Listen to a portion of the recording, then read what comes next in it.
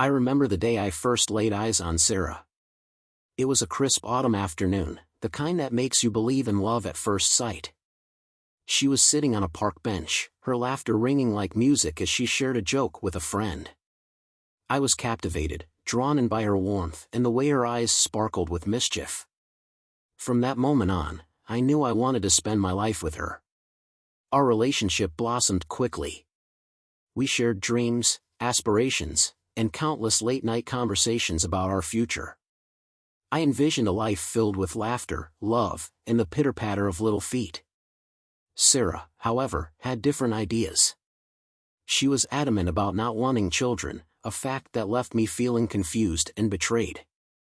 How could someone so vibrant and full of life not want to create a family? I often found myself wrestling with this conflict, torn between my love for her and my desire for a family. As the years passed, I tried to understand her perspective. We had built a beautiful life together, our cozy apartment filled with memories, our shared love for travel, and the way we could talk for hours about anything and everything. Yet, the topic of children always hung over us like a dark cloud. I would bring it up gently, hoping to find common ground, but each time, Sarah would deflect, her eyes clouding over with a mix of frustration and sadness. Maybe one day, she would say, her voice lacking conviction. Right now, I just want to focus on us.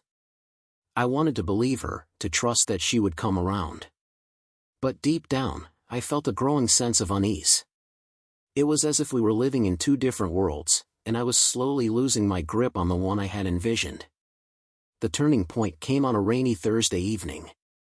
I had just returned home from work, exhausted but eager to see Sarah. I opened the door to our apartment, the familiar scent of her lavender candles filling the air. But something felt off. The atmosphere was heavy, charged with an unspoken tension. I found her sitting on the couch, her phone clutched tightly in her hand, her expression distant. "Hey, how was your day?" I asked, trying to break the silence. "Fine," she replied, her eyes glued to the screen. I could sense that something was bothering her, but I didn't want to pry.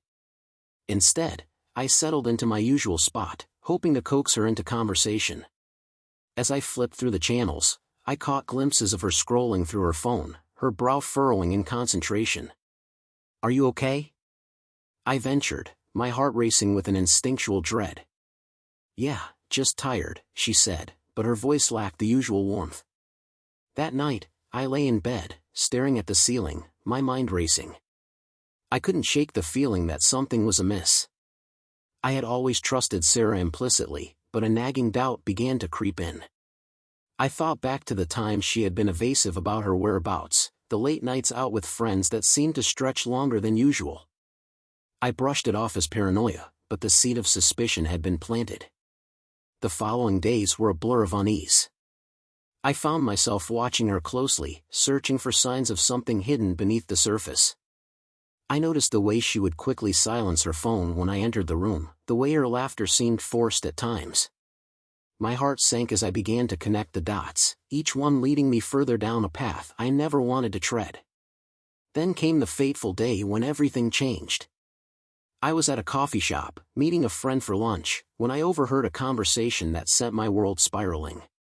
Two women at the next table were discussing a mutual acquaintance, and one of them mentioned Sarah's name. My heart raced as I leaned in, straining to catch every word. "I can't believe she's still with him," one woman said, her voice dripping with disdain. "I saw her with that guy again last week. They looked pretty cozy." My stomach dropped. I felt as if the ground had been pulled out from under me. I wanted to dismiss it, to believe it was just gossip, but the way they spoke, the certainty in their voices, made it impossible to ignore. I sat there, frozen, my mind racing with questions. Who was this guy? How long had this been going on? As I left the cafe, my heart pounded in my chest. I felt a mix of anger and betrayal, but more than anything, I felt a profound sense of loss. The life I had envisioned with Sarah was slipping away, and I was powerless to stop it. I returned home, my mind a whirlwind of emotions. I needed answers, but I also feared what I might find. The thought of confronting her filled me with dread, but I knew I couldn't ignore the truth any longer.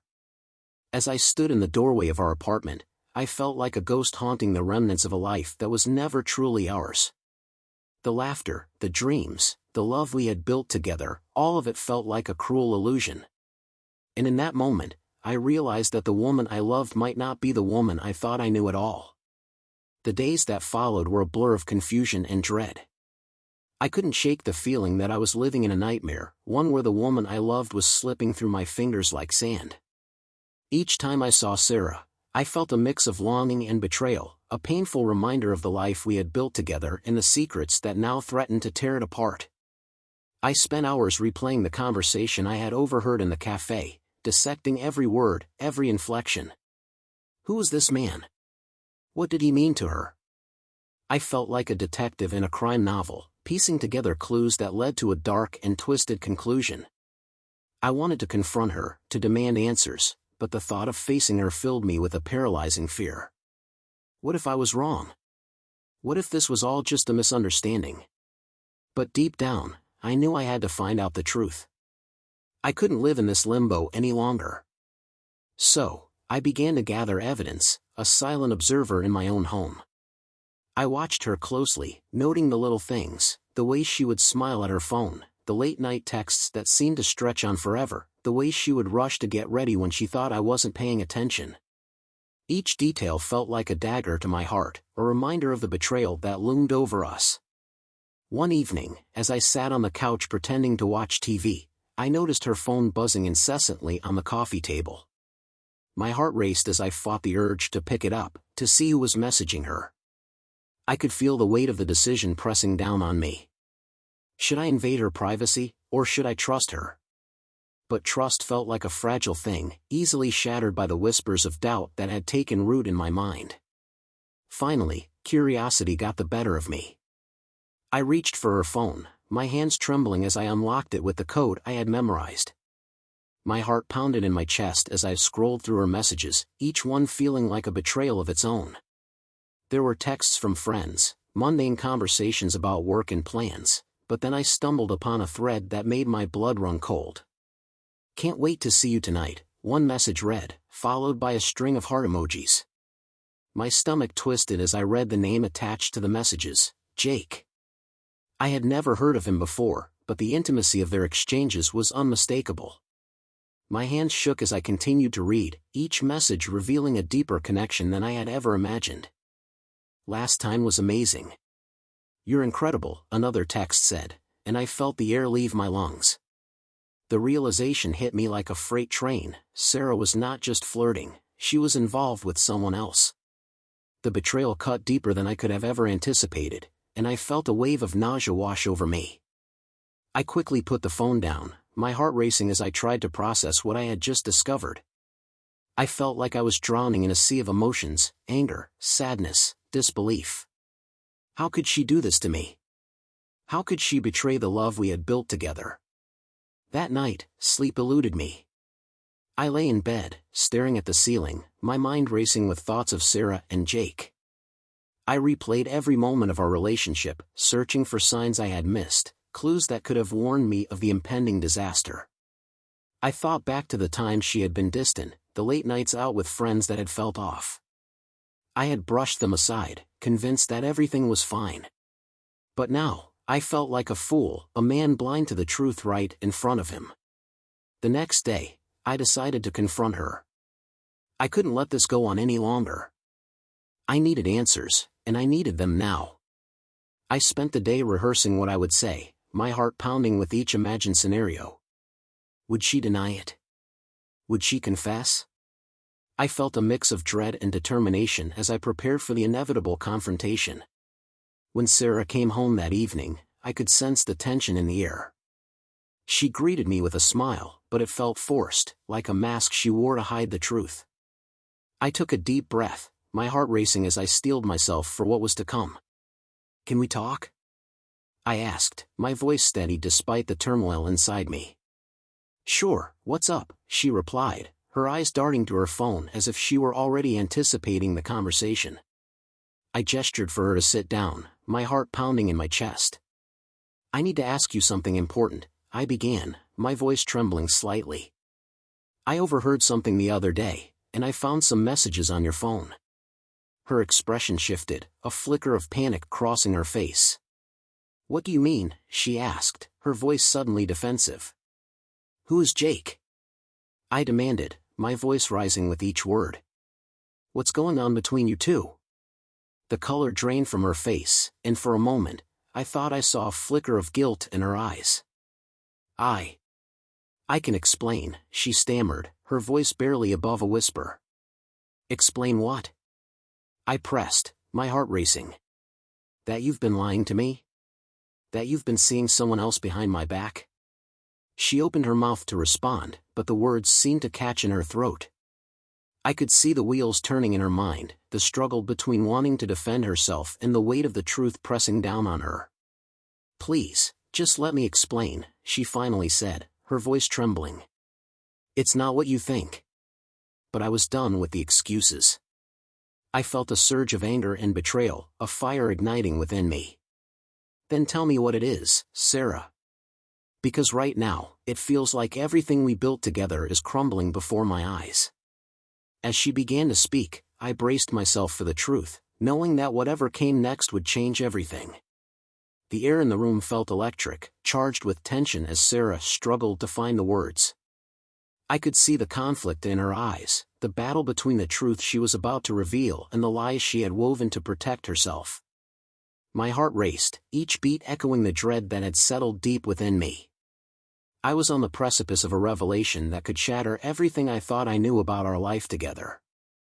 He's just a friend," she began, her voice shaky. "We met at a work event a few months ago, and we hit it off. I didn't mean for it to go this far." "Just a friend?" I echoed, incredulous.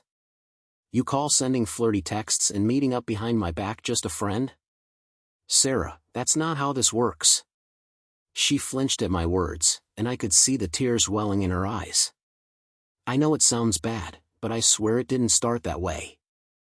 I was feeling so lost, and you were always talking about wanting kids, and I didn't know how to handle it." Her words struck a chord deep within me. I had sensed her discomfort with the idea of children, but I had never imagined it would lead her to seek solace in another man's arms. "So, instead of talking to me about it, you decided to cheat?" I asked, my voice rising with each syllable. "You thought that was the solution?" "I didn't think it would go this far," she pleaded, her voice breaking. "I was confused, and I didn't want to hurt you.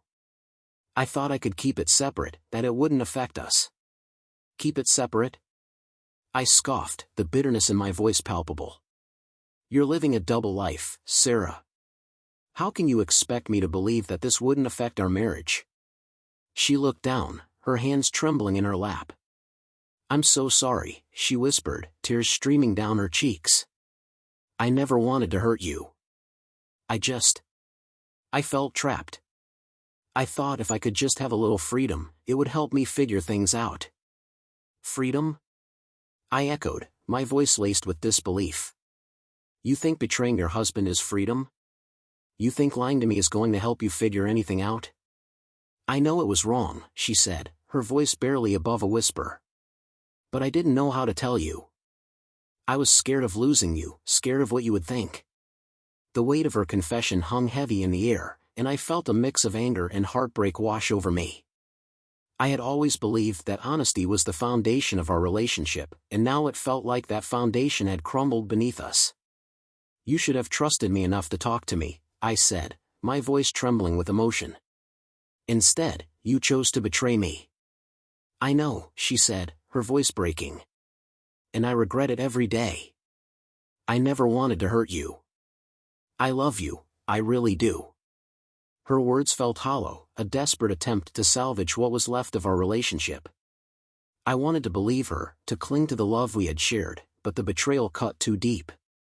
"Love isn't supposed to feel like this," I said, my voice thick with emotion. "Love isn't supposed to come with secrets and lies." "I know," she replied, her voice choked with tears. "I'm so sorry. I'll do anything to make it right. Just please, don't give up on us." I felt a surge of conflicting emotions, anger, sadness, and a flicker of hope. Part of me wanted to scream, to lash out at her for the pain she had caused, but another part of me longed to hold her, to believe that we could somehow find our way back to each other. "How can I trust you again?" I asked, my voice barely above a whisper. "I'll prove it to you," she said, her eyes pleading. "I'll cut ties with Jake. I'll do whatever it takes to show you that I'm committed to us. Just give me a chance." The thought of her cutting ties with Jake sent a wave of relief through me, but it was quickly overshadowed by the reality of what had happened. "You can't just erase this," I said, my voice trembling. "You can't just pretend it didn't happen." "I know," she said, her voice breaking. "But I want to make it right. I want to fight for our marriage. I love you, and I don't want to lose you." As I looked into her tear-filled eyes, I felt a flicker of hope. Maybe we could salvage this, maybe we could rebuild what had been broken. But the road ahead would be long and fraught with challenges. Trust, once shattered, was not easily repaired. "I need time," I said finally, my voice steady despite the turmoil inside me. "I need to process everything.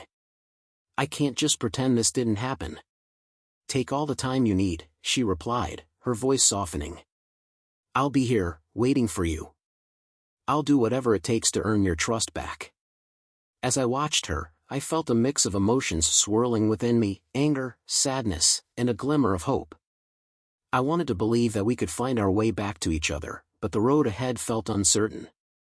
The love we had built together was now overshadowed by betrayal, and I knew that healing would take time. That night, as I lay in bed, I felt a profound sense of loss. The dreams I had once held so dear felt like distant memories, overshadowed by the reality of our situation. I had always envisioned a life filled with laughter and love, but now I was left grappling with the aftermath of Sarah's betrayal. I closed my eyes, trying to find solace in the darkness, but the weight of my emotions pressed down on me like a heavy blanket. I felt lost, adrift in a sea of uncertainty, unsure of what the future held for us. As I drifted into a restless sleep, I knew that the journey ahead would be fraught with challenges. But deep down, I also knew that I had to confront the truth, to face the reality of our situation head-on. The path to healing would be long and painful, but I was determined to find a way forward, no matter what it took. The days that followed our confrontation were a whirlwind of emotions. I felt like I was walking through a fog, each moment heavy with the weight of Sarah's betrayal. I tried to maintain a semblance of normalcy, but every time I looked at her, I was reminded of the lies that had shattered our world. The laughter that once filled our home was replaced by an uncomfortable silence, a chasm that seemed to grow wider with each passing day. Sarah was doing everything she could to prove her commitment. She cut off all communication with Jake, deleted his number, and even offered to share her phone with me whenever I wanted. But despite her efforts, I found it hard to trust her again. The wounds were still fresh, and the scars of betrayal were etched deep into my heart. One evening, as we sat across from each other at the dinner table, I could feel the tension in the air. The clinking of silverware felt like a reminder of the distance that had grown between us. I watched as she pushed her food around her plate, her eyes downcast, and I felt a pang of sadness for the woman I once knew. "Sarah," I said, breaking the silence. "We need to talk about what happened. I can't just pretend everything is fine." She looked up, her eyes filled with a mix of hope and fear. "I know. I want to talk about it too. I want to understand how we got here." I took a deep breath, gathering my thoughts. "I've been thinking a lot about our relationship, about the signs I missed. I can't help but feel like I failed you somehow. I should have seen that you were struggling." "You didn't fail me," she said, her voice soft. "I made my choices. I was the one who let my fears drive me to make terrible decisions. I should have been honest with you. Why didn't you come to me?" I asked, my voice trembling with emotion. "Why didn't you tell me you were feeling trapped? I would have listened. I would have tried to understand." "I was scared," she admitted, tears welling in her eyes. "I didn't want to hurt you. I thought I could handle it on my own, but I was wrong. I thought I could find a way to be happy without losing you." Her words struck a chord deep within me. I could see the pain in her eyes, the regret that weighed heavily on her heart. But as much as I wanted to forgive her, I couldn't shake the feeling of betrayal that lingered in the back of my mind. "I need to know if you're truly committed to making this work," I said, my voice steady. "I need to know that you're willing to put in the effort to rebuild our trust." "I am," she said, her voice earnest. "I'll do whatever it takes. I love you, and I don't want to lose you. I want to fight for us." As I looked into her eyes, I felt a flicker of hope. Maybe we could find a way back to each other, but it wouldn't be easy. Trust was a fragile thing, and it would take time to heal the wounds that had been inflicted. "Then let's start by being honest with each other," I said, my voice firm. "No more secrets. We need to communicate openly about our feelings, our fears, and our desires." "I agree," she replied, her voice steady.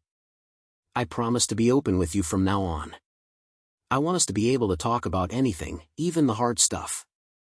We spent the rest of the evening discussing our feelings, our fears, and the future we both wanted. It was a difficult conversation, filled with tears and raw emotions, but it felt like a step in the right direction. For the first time since the betrayal, I felt a glimmer of hope that we could rebuild what had been broken. But as the days turned into weeks, I found myself grappling with the reality of our situation. I wanted to believe that we could move forward, but the memories of her betrayal haunted me. I would catch myself replaying the moments leading up to our confrontation, searching for signs that I had missed, clues that could have warned me of the impending disaster. One night, as I lay in bed, I felt a wave of anger wash over me. I had trusted her completely, and now I was left with the remnants of a shattered trust. I turned to her, who was sleeping peacefully beside me, and felt a pang of resentment. How could she sleep so soundly after everything that had happened? I knew I needed to confront these feelings head-on. I couldn't let anger fester inside me, poisoning our attempts at reconciliation. So, I decided to have another conversation with Sarah, one that would address the anger and hurt I was feeling. The next evening, I sat her down in the living room, my heart racing as I prepared to speak. "Sarah, I need to talk to you about something important," I began, my voice steady. "Okay," she replied, her expression serious. "What's on your mind?" "I've been feeling a lot of anger and resentment since our confrontation," I admitted, my voice trembling. "I thought I could just push those feelings aside, but they keep creeping back in. I need you to understand how deeply this has affected me." "I understand," she said, her voice soft. "I know I hurt you, and I'm so sorry for that. I never wanted to cause you pain." "I know you're sorry," I said, my voice thick with emotion. "But it's not just about the betrayal. It's about the trust that's been shattered. I feel like I don't know you anymore, and that scares me." "I want to help you heal," she said, her eyes pleading. "I'll do whatever it takes to earn your trust back. Just tell me what you need from me." "I need you to be patient with me," I replied, my voice steady. "I need time to process everything. I can't just flip a switch and pretend everything is fine. It's going to take time for me to trust you again." "I can do that," she said, her voice earnest. "I'll be here for you, no matter how long it takes. I love you, and I want to make this work." As we talked, I felt a sense of relief wash over me. It was clear that Sarah was committed to making things right, and I appreciated her willingness to be patient. But I also knew that the road ahead would be long and fraught with challenges. Trust, once shattered, was not easily repaired. That night, as I lay in bed, I felt a mix of hope and uncertainty. We had taken a step forward, but I knew that the journey to healing would be filled with ups and downs. I was determined to confront the truth, to face the reality of our situation head-on. As I drifted into a restless sleep, I knew that the path ahead would be difficult, but I was willing to fight for our love. I had to believe that we could find our way back to each other, no matter how long it took. The weeks turned into months, and the journey of healing was anything but linear. There were days when I felt hopeful, moments when I believed we could rebuild our relationship, and then there were days when the weight of Sarah's betrayal felt suffocating. I often found myself lost in thought, reflecting on the dynamics of our marriage and the signs I had missed along the way. I had always considered our relationship to be strong, built on a foundation of love and trust. But now, I was forced to confront the reality that trust is a fragile thing, easily shattered by lies and deceit.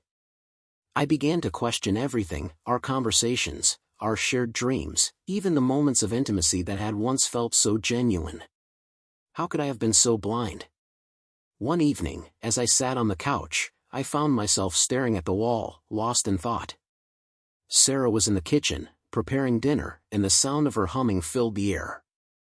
It was a familiar sound, one that had always brought me comfort, but now it felt like a reminder of the distance that still lingered between us.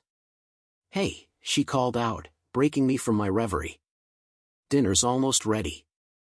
Do you want to help me set the table?" I forced a smile, pushing aside the turmoil in my mind. "Sure, I'll be right there." As I joined her in the kitchen, I couldn't help but notice the way she moved, the way her hair fell over her shoulders as she stirred the pot on the stove. There was a time when I would have found her beautiful, but now, I felt a mix of longing and resentment. I wanted to reach out, to hold her, but the memories of her betrayal held me back. "Are you okay?" she asked, her voice laced with concern. "You've been quiet lately." "I'm just thinking," I replied, my voice steady. "About us, about everything that's happened." She nodded, her expression serious. "I know it's been hard. I want you to know that I'm here for you, no matter what. I'll always be here." "I appreciate that," I said, my heart aching. "But I need to be honest with you. I'm still struggling to trust you. I don't want to feel this way, but it's hard to shake off the memories of what happened." "I understand," she said, her voice soft. "I wish I could take back what I did. I never wanted to hurt you, and I'm so sorry for the pain I caused." As we sat down to dinner, I felt a mix of emotions swirling within me. I wanted to believe that we could move forward, but the shadows of betrayal still loomed large. I found myself reflecting on the moments that had led us to this point, the late nights, the evasive answers, the secrets that had festered beneath the surface. "Do you remember when we first talked about having kids?" I asked, my voice steady. "You were so adamant about not wanting them. I thought we were on the same page, but now I wonder if that was just another lie." Sarah looked down, her expression pained. "I was scared," she admitted. "I didn't know how to express my feelings. I thought if I could just avoid the topic, it would go away. But it didn't. I should have been honest with you." "Honesty is what I needed," I said, my voice firm. "I needed to know where you stood, what you wanted. Instead, I was left in the dark, wondering if I was the problem." "I know," she said, her voice breaking. "I'm so sorry for that. I should have trusted you enough to share my fears. I thought I could handle it on my own, but I was wrong." As we finished dinner, I felt a sense of heaviness settle over me. The conversation had opened old wounds, but it had also shed light on the complexities of our relationship. I realized that we both had a role to play in the unraveling of our marriage. I had been so focused on my desire for a family that I had failed to see Sarah's struggles. That night, as I lay in bed, I felt a mix of sadness and clarity. I had spent so much time grappling with the betrayal that I had neglected to consider the underlying issues that had contributed to it. Our relationship had been built on unspoken fears and unmet needs, and it was clear that we both had work to do. In the days that followed, I made a conscious effort to communicate more openly with Sarah. We began to have deeper conversations about our feelings, our fears, and our desires. It was uncomfortable at times, but it felt necessary. I wanted to understand her perspective, to bridge the gap that had formed between us. One evening, as we sat on the couch, I turned to her, my heart racing. "I want to talk about the future," I said, my voice steady. "I need to know if we're still on the same page." She looked at me, her expression serious. "What do you mean?" "I mean, do you still want to build a life together? Do you see a future with me?" I asked, my heart pounding. "I do," she replied, her voice earnest. "I want to build a life with you. I want to work through this together. I love you, and I don't want to lose you." Her words filled me with a sense of hope, but I also felt a flicker of doubt. "But what about the kids?" I pressed. Are you still against having children? She took a deep breath, her eyes searching mine. I've been thinking about that a lot, she admitted. I was so scared of the responsibility, of losing my freedom. But I realize now that I don't want to let fear dictate my choices. I want to explore the possibility of having a family with you. As I listened to her, I felt a wave of relief wash over me. It was a small step, but it felt significant. We were beginning to bridge the gap that had formed between us, and I could see a glimmer of hope for our future. But as much as I wanted to believe that we could move forward, I knew that the road ahead would be fraught with challenges. Trust, once shattered, was not easily repaired, and I would need to confront my own fears and insecurities along the way. That night, as I lay in bed, I felt a sense of determination wash over me. I was willing to fight for our love, to confront the truth head-on. The journey ahead would be difficult, but I was ready to face it, no matter what it took. As the weeks turned into months, Sarah and I continued to navigate the rocky terrain of our relationship. We had made significant strides in rebuilding our trust, but the journey was far from over. Each day brought new challenges, and I found myself grappling with the remnants of betrayal while also trying to embrace the hope of a renewed future. We began attending couples therapy, a decision that felt both daunting and necessary. Sitting across from a therapist, we were forced to confront the underlying issues that had contributed to our struggles. It was uncomfortable at times, but it also provided us with a safe space to express our feelings and fears. I learned to articulate my emotions, to share my insecurities, and to listen to Sarah's perspective without judgment. One evening, after a particularly intense therapy session, we sat in the car, the silence between us heavy with unspoken thoughts. I turned to Sarah, my heart racing. "How are you feeling about everything?" I asked, my voice steady. "I'm scared," she admitted, her eyes glistening with unshed tears. "I want to believe that we can make this work, but I'm terrified of falling back into old patterns." "I understand," I said, reaching for her hand. "But we're both committed to this. We're taking the steps to heal, and that's what matters." She nodded, her expression softening. "I know. I just want to make sure I don't hurt you again. I never want to feel that kind of pain again." As we drove home, I felt a sense of determination wash over me. We were both willing to fight for our love, to confront the truth head-on. It was a long road ahead, but I believed we could find our way back to each other. One evening, as we sat on the couch, I turned to Sarah, my heart racing. "I've been thinking about the future," I said, my voice steady. "About what we want for our lives together." She looked at me, her expression serious. "What do you mean?" "I mean, do you still want to explore the possibility of having children?" I asked, my heart pounding. "I do," she replied, her voice earnest. "I've been thinking about it a lot. I realize now that I don't want to let fear dictate my choices. I want to build a family with you." Her words filled me with a sense of hope, and I felt a wave of relief wash over me. We were beginning to bridge the gap that had formed between us, and I could see a glimmer of hope for our future. As the months passed, we continued to work on our relationship, attending therapy sessions and having open conversations about our feelings. We learned to communicate more effectively, to express our needs without fear of judgment. It was a slow process, but each step felt significant. One evening, as we sat on the porch watching the sunset, I turned to Sarah, my heart full. "I want you to know how much I appreciate your efforts," I said, my voice steady. "You've shown me that you're committed to making this work, and it means the world to me." "I'm grateful for your patience," she replied, her eyes shining. "I know I hurt you, and I'm so sorry for that. But I want to prove to you that I'm committed to our future." As we sat together, I felt a sense of peace wash over me. We had come so far, and while the road ahead would still be challenging, I believed we could face it together. The love we had built was resilient, and I was determined to nurture it. One day, as we were out for a walk, I stopped to admire a blooming cherry blossom tree. "Look at how beautiful this is," I said, my heart swelling with emotion. "It reminds me of how relationships can blossom even after a storm." Sarah smiled, her eyes sparkling. That's a beautiful way to put it. We've weathered our own storm, but I believe we can come out stronger on the other side. As we continued our walk, I felt a renewed sense of hope. We were both committed to healing, to rebuilding our relationship, and to embracing the future together. The journey had been difficult, but it had also brought us closer in ways I never expected. Months later, as we sat in therapy, our therapist looked at us with a smile.